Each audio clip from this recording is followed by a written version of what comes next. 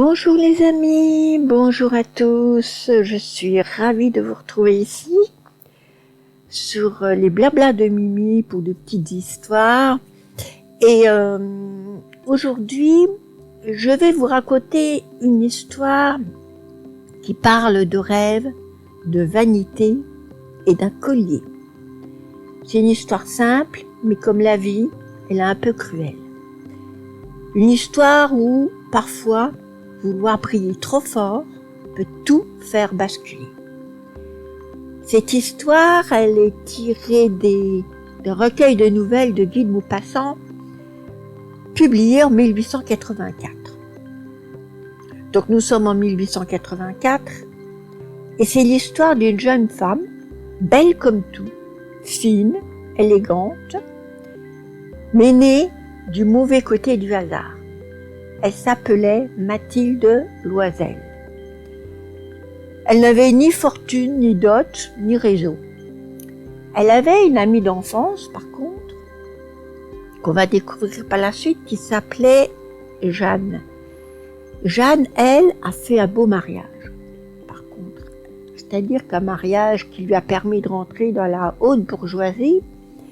Elle vit dans un hôtel particulier, avec tout ce que ça engendre en confort de vie, en fête, voilà, elle est très gâtée, son mari est très aimant et très riche.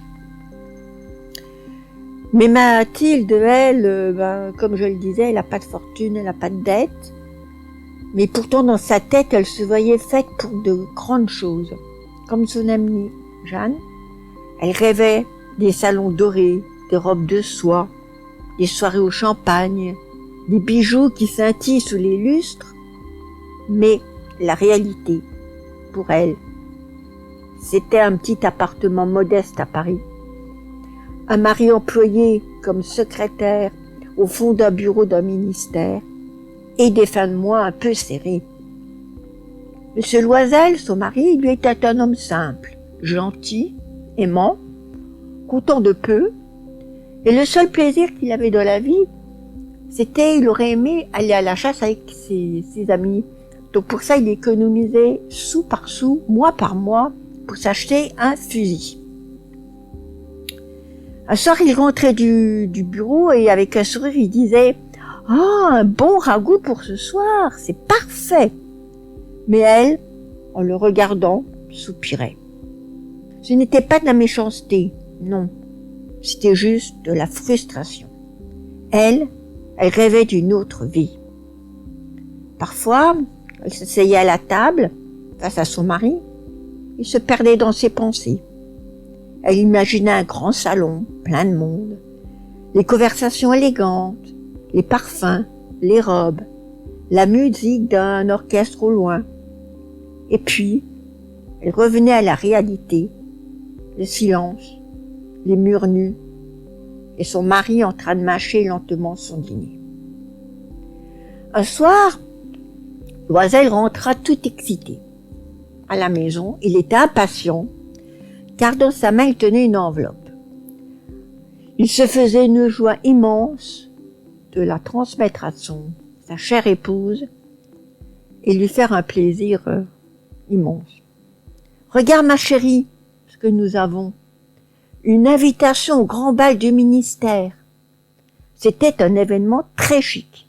Des ministres, des ambassadeurs, les plus belles femmes de Paris. Et il pensait lui faire un plaisir immense. Pour cela, il avait dû travailler plus tard, tous les jours, afin de se mettre dans les bonnes grâces de son supérieur pour pouvoir avoir cette invitation, car les places étaient comptées. Mais non. Mathilde le regarde, et d'un air glacial lui dit « Qu'est-ce que tu veux que je fasse là-bas? J'ai rien à me mettre ?» Loisel, un peu déstabilisé, demanda doucement « Et combien te faudrait-il pour une robe convenable ?» Il réfléchit un instant, un peu gêné, puis murmure « 400 francs ?» 400 francs, c'était énorme. Et c'était l'argent qu'il avait mis de côté pour s'acheter un fusil. Mais il dit simplement « D'accord, achète ta robe. » Tout ça parce qu'il voulait la voir heureuse. Le bal approche. Mathilde a trouvé une robe magnifique, simple, mais d'un goût parfait. Et pourtant, à quelques jours de la fête, elle semble à nouveau triste. Son mari la regarde inquiet. « Mais qu'est-ce qu'il y a encore ?» Elle répond, la voix tremblante. « Je n'ai pas de bijoux. Sans bijoux, je vais avoir l'air pauvre. On se moquera de moi. » Il réfléchit un instant, puis il dit « Et si tu allais voir ton amie Jeanne Forestier, tu pourrais lui emprunter quelque chose. » Le lendemain, Mathilde se rend chez son amie. Jeanne Forestier la reçoit avec le sourire et lui offre un grand coffret plein de trésors. Des bracelets, des colliers, des bagues, des perles. Et puis, Mathilde voit un collier de diamants, magnifique. Elle le prend dans ses mains, fascinée. « Je peux te l'emprunter, celui-là ?» Madame Forestier sourit. « Mais bien sûr, ma chère. » Le soir du bal, Mathilde est sublime. Sa robe met en valeur sa beauté naturelle, ses épaules brillent, ses cheveux sont relevés avec goût, et le collier de diamants scintille à son cou comme une constellation. Tout le monde la regarde. Les hommes la remarquent, les femmes la jalousent. Elle danse, elle rit, elle brille. C'est sa soirée. Jamais elle ne s'est sentie aussi vivante. Son mari, lui, attend patiemment dans un coin, heureux de la voir rayonner. Mais vers 4 heures du matin, quand la fête s'achève, elle le rejoint, épuisée, mais complètement heureuse. Dehors, dans le froid, il cherche un fiacre, pas un seul de libre. Il marche longtemps jusqu'à trouver un vieux fiacre qui les ramène quand même chez eux. Arrivée à la maison, elle retire son manteau et pousse un cri. « Le collier! Je n'ai plus le collier !» Panique. Il retourne les poches, la robe, les coussins, le plancher. Rien. Loisel ressort la nuit, fait le trajet à pied, va voir les commissariats, les journaux, les cochers. Rien, rien, rien. Les jours suivants, il cherche partout. Puis, il décide de remplacer le collier. Il trouve enfin une rivière de diamants identique chez un bijoutier du Palais Royal. Prix 36 000 francs. Ils n'hésitent pas beaucoup et ils vendent tout ce qu'ils ont. Loisel emprunte à des amis, signe des dettes, engage tout son avenir avec des usuriers plus ou moins recommandables, et Mathilde rapporte le collier à Madame Forestier sans rien dire. Celle-ci le reprend simplement et la remercie. Et c'est tout. À partir de ce jour, leur vie change. Ils quittent leur appartement, renvoient la bonne. Mathilde apprend à faire tout elle-même. Elle frotte les sols, lave le linge, cuisine, fait les courses. Elle monte chaque jour 4 étages avec un seau d'eau, les mains abîmées, le dos cassé. Tout ça pour rembourser cette fabuleuse somme d'argent qui a servi à acheter ce collier. Les années passent vite, elle vieillit vite, son visage devient dur, ses cheveux ternent. Elle, qui rêvait de soi et de lumière, vit maintenant dans la poussière et la fatigue. Mais elle tient bon. 10 ans. 10 ans à rembourser leurs dettes, sou par sou. Un dimanche, après toutes ces années, elle sort faire une promenade. Et là, dans la rue, elle croise une femme élégante, bien mise, fraîche, belle. Mais c'est Jeanne Forestier, son amie d'enfance. Mathilde la regarde et hésite. Puis d'un ton décidé, elle s'approche. « Bonjour, Jeanne. » Madame Forestier la dévisage sans la reconnaître.